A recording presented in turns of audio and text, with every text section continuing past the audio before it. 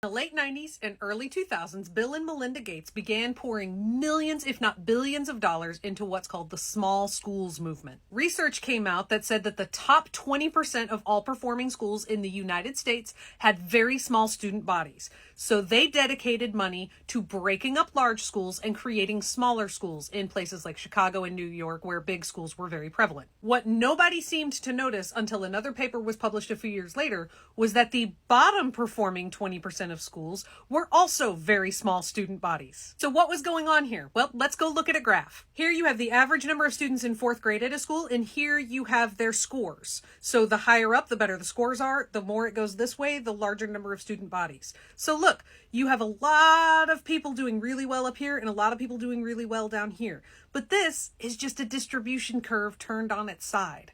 Turns out the larger number of students you have, the more likely the average performance of that school is going to be very average. There are a large number of schools here with not very many people in them. Some of them do really well, some of them do very poorly, some of them do in about the middle. These top performing schools didn't do well because they were small. They did well because they happened to have some of the top performing students.